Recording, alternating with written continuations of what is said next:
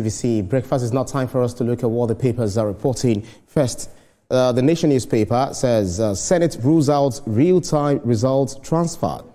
And then the Punch newspaper, Kwara massacre, federal government faces heat as 100 feared dead, 70 victims buried in mass grave. Tinubu deploys troops, Governor Saraki Mern. And the Guardian newspaper, concerns over fresh killings in Kwara, Katsina.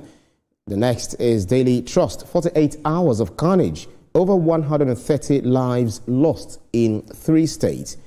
This Nigeria, 170 feared dead as gunmen hit Kwara, 35 killed in Katsina. The Tribune newspaper, Senate passes Electoral Bill, rejects mandatory e-transmission of results, reduces notice of election from 360 to 180 days. Daily Independent, 2027 election, outrage as Senate rejects real-time e-transmission of results. And Observer Times, 2027 setback for electoral reform as Senate blocks compulsory e-transmission of results, reduces election notice period from 360 to 180 days. And Daily Sun, Senate slashes election notice deadline to 6 months, rejects mandatory electronic transmission of results, retain to 2022 Electoral Act. And the Platform Times, road safety alarm. Federal government orders nationwide road audit, data-driven repairs as crashes claim over 5,000 lives in 2022. Tinubu calls for geo-referenced road failure database. FRC records 10,446 crashes nationwide in 2025. The Hope newspaper, Ondo rounds off Golden Jubilee celebrations, honors prominent Nigerians, Tinubu, Obasanjo, Fashoranti, Aiyedatiwa, 67 others bag awards. And last but not least is the Sport and Life. Lookman's transfer saves Nigerian football. Says if you play in a top club, you become big. Yes, and that's absolutely true. Olamide Odekunle, Ria Abdul, and indeed Biodu Showme will be my analyst today, certainly, as always. So, as an analyst, Biodu Showme help us make overall view, insight analysis on all of these papers. So if you look at the Nation newspaper, ditto the Tribune newspaper, the Daily Independent, the Observer Times, the Daily Sun, all are talking about the setback that the Electoral Act has suffered, following the debate and then the recommendation made by the lower cadre of the House to the Senate, and the Senate is saying, listen, we are not going to jail anyone for 10 years, but certainly they will be fine, and then we'll have to reduce the notice of election from 360 days or thereabouts to 180 days, 300 days to 180 days, and on and on and on. But the oppositions are crying. They're saying, no, this is a way of trying to probably make the 2027 election not 100% free and fair. I'm torn here, and I worry that this outrage that we're seeing online with this the electronic transmission of results, a lot of people aren't doing their due diligence. And what I mean by that is that this is essentially the Senate is retaining the Electoral Amendment Act of 2022. This has always been there. They're just deciding right now that they're not going to completely scrap. They're not saying they're going to completely scrap technological transmission of results. What they're essentially saying to us is that INEC is going to decide the best modes of transmission based on that, on the infrastructural realities of Nigeria. There's some areas where technological transmission of results is not going to be possible because of poor network coverage, because of infrastructural realities like that. And so INEC is saying, based on the reality of that area, we are going to do as we see fit. Absolutely. If we even look at reduced legal complications, if they don't, by the fact that they're not mandating real-time transmission, they're essentially saying that there's some delays that will arise from technological transmission, and we want to minimize those, as well as the fact that INEC is already used to this mode of transmission, this hybrid mode of transmission of results. Allow them navigate what they've always been doing. I think that it could be good in some ways and bad in some ways. Most definitely. Yeah. But if you look at reactions from opposition leaders like former Vice President Atiku Abubakar, he described the move as a calculated blow against transparency designed to protect incumbents. Even civil society like Yega Africa, they're also saying that manual miracles and manipulations similar to issues witnessed during the 2023 elections would definitely not be addressed effectively. But if the Senate is saying, listen, we don't have to overhaul everything in its entirety, we have to just stick to what we used in 2022. What say you to this? But if you ask me, Ibrahim, why are we not open to change, especially if it's positive change? That's my question. Because even if you're used to one thing and you see a better way that this will be better for Nigerians, I think we should keep our hands open to it. If we are hammering on the fact that we want a better Nigeria, we want to see Nigeria grow, we cannot keep using and being comfortable with the same things that we use. Now, if these results are brought out timely, that's the word I want to use, it helps to build a lot of trust, because oftentimes, let's not forget that this is the same INEC that people do not have trust in, if we want to speak frankly. So if they are undermining things like this, people now get more scared. For me, 2027's election, and I'm saying Joash Amopiton has a lot of work to do, because he has to make people believe in INEC again. He has to make the youths, believe that their votes will count. Now, talking about this as well, I'm hearing that they said that, what did they even mention? That they mentioned something about the Electoral Offences Commission. I feel like that's even the number one thing we need to be hammering on, because during election we see the violence that happen, we see vote buying, you see people just taking ballot papers. Why are we not bringing an offense for that will be under a body that would target those kind of things? That's right. If we want a free and fair election in 2027 that Nigerians are watching, external people are watching, I think there's a lot we need to put in place. If you ask me, Ibrahim, I believe that we should transmit this result as they come, as they hot. We should put it out there so that people will be able to build confidence in INEC again. I feel that also just leaning on the back, this is how we used to do it before, it seems like very lazy to me, because you should be open to positive change. Yeah, but I think we've actually made positive, what's it called? Headway in our elections. Looking at 2022, it's way advanced, much more than we used to do back in the day.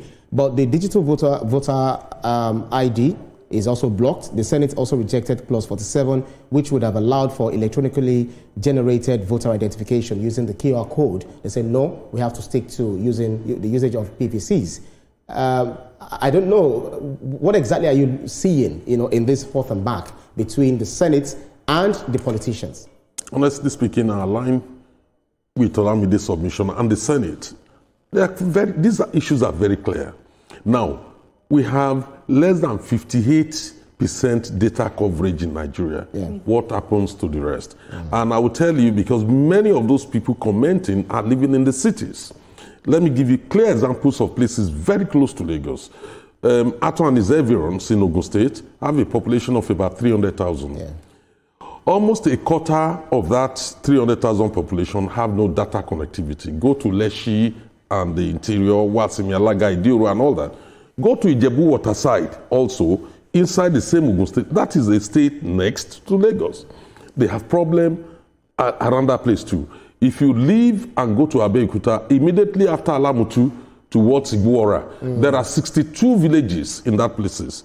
If you go through Luani, Abule Sule, Obete, Awuru, and so on and so forth, no single data coverage. What are we saying? Won't those Nigerians vote? Will they not participate in the election? But can I just ask you this question, not to cut you short? So if you are stating right now that we do not have, data and internet in those places, if there's a way will be done. Why don't we think that we can do something there for those people to even get data and internet? Why are we just neglecting them behind? No, we are not neglecting them. The issue of data coverage has something to do with the investors, the telcos. They have to determine how many people there will they make their money if we have to invest so much in infrastructure in this area.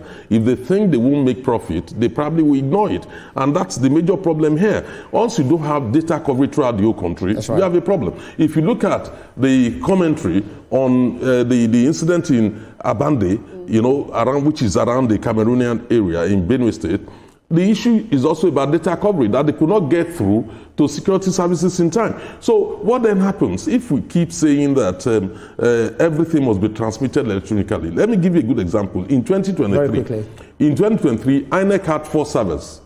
They were determined to transmit all results electronically. What happened? The servers got corrupted by who? Hackers. So what then happened in that situation? It hurts me that we're getting comfortable with this. We're rather not trying to make leadway. We're rather not trying to, make a positive change. And we're just comfortable with the fact that, there'll be hackers, we cannot get internet. Trying to make a headway, we also have to, we are also faced with the realities on the ground. Otherwise, some people... Ibrahim, where there's a will, there's a will. Absolutely. All right, then let's move on to the Punch newspaper. The same with the Guardian newspaper, as well as Daily Trust. This Nigeria reports the same, talking about the deaths that occurred in Kayama local government, where we have over 100 killed. The same thing we also have in Katsina, everything amounting to over 170, almost 200 altogether. This is a problem that's I do not know. One day we'll talk about killing, the other day we'll talk about being happy.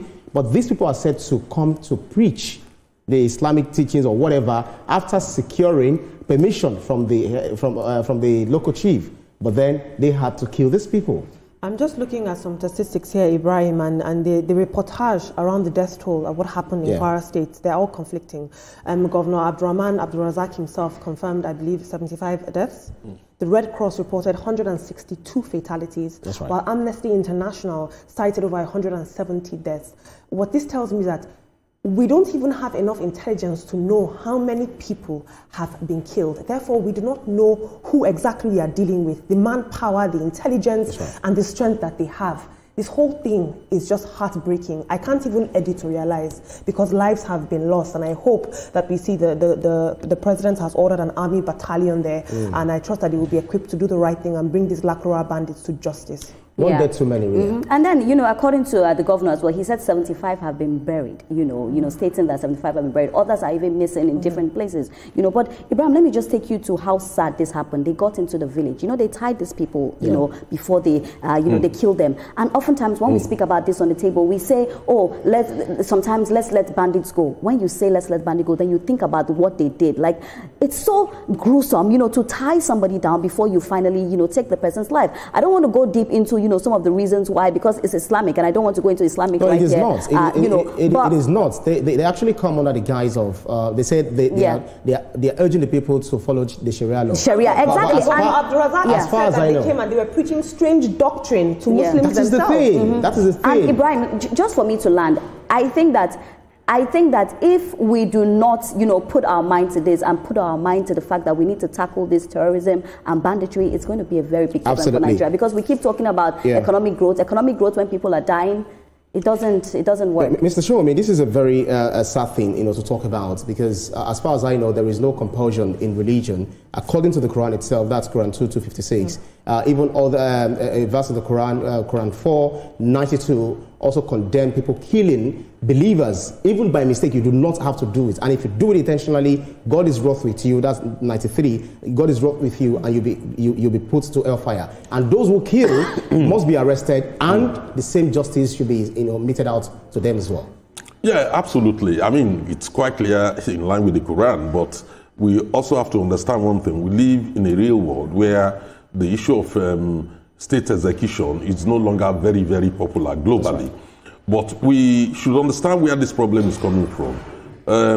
Initially, there was a failure of intelligence on a part of security services. That's right. The Lakurawa people came from Niger Republic and then moved into Sokoto. Then they started preaching to people to reject the Nigerian constitution and embraced their own brand. Which is contrary to the Islamic belief. Absolutely. Scholars in Islam actually agree that if you are not in a Muslim country, you are bound by the laws comply with the laws of that country. Absolutely. But they try to do that. That's exactly what they have tried to do in Kwara State now. They have this habit of going to the border areas between one state and the other. So they're able to disappear into another state if they committed a crime here. Now, what we've seen is that there's hope inside, and I will say that clearly, because if you remember that the president on November 26, 2025 actually promised to get more officers recruited. Right. He spoke about 94,000, personnel, 50,000 into the Nigerian police force. The Nigerian police force have just concluded recruiting, people applying just January 15. So Absolutely. They now need to get those people trained. The same thing, we're expecting the military to do the same thing with 14,000 police officers, 7,000 forest guards, and also 30,000 paramilitary forces into Altogether. Customs, immigration, correctional services, and the other one. So therefore, it will take time before some of these measures are taken place. Okay. But what you see is that they are under, they are on the run because they are being hit in different parts of the Middle Belt. So honestly, that's what we see. They must be what's it called, brought to justice. Very quickly, guys, let's see how we can cramp this within the 2 minutes that we have. Olamide, the Platform Times is saying road safety alarm. Federal government orders nationwide road audit. Data-driven repairs as crashes claim 5,289 lives in 2025. And Tinubu calls for geo-reference road failure database. We started off this show with a theme on what we see, the nonsense that we see, so to speak, on our roads. And this is one of the problems that it has actually culminated into over 5,000 lives lost. This is what we want to see technology being deployed to keep our roads safe, to better infrastructure, not for artificial intelligence videos, if you know what I mean. We'll leave it at that, but I hope that we have the technology and the wherewithal to put this in place, because so many people are dying on roads. It's such a third world problem and it has to stop. And if we're talking about roads, I'm glad we brought this up, because I said I was going to do a video and just talk about the road, the Lekki-Ekpe road, the one by Ikate, the Freedom Way. It's in a horrific state. So since we're speaking about this now, I think that, Lagos State needs to look into that road. A lot of tires have been busted on that road. People are I've seen so many accidents on that road. Thank God that they were not like fatal, that people died, but there's a very big pothole there, so you don't see it, you just get to hit the next person. So I think these are critical things we need to talk about. So we can't just talk about people activities on the roads, but how about us also fixing the roads? So the federal government is saying that they are making large amounts of budgets to ensure that they fix the potholes and they repair most of the roads that belong to the federal government. How much more of the state and the local government? Yeah, to be honest, the problem is huge. I mean, if you look at how we've left our roads unmaintained, I've never seen any country in the whole world where you construct a road and you don't make provision either for resurfacing or maintaining it one way or the other. But at least we are beginning to focus on this issue now. Our problem in Nigeria is actually maintenance for me, because you see the roads good, no maintenance. I think we should take from other African countries. I always use Ghana as an example because that's the place we should go now. Close to. All right, then the platform times. The Sporting Live, which is the last, Lookman's transfer saves Nigerian football, says if you play in a top club, you become big. Yes or no? Yes. I just like to put it as a polar question so that we'll rush. So if you want to play if you want to become big, Lookman has already given you the cheat code, then you should go. Now I can finally start my football career. Absolutely. I didn't know that. That's super powerful. Absolutely. All right, there's still to come. Can the Niger Delta's vast coastal and marine resources become Nigeria's next major engine for jobs, investments, and sustainable growth? Join us after the break to find out. We'll be right back.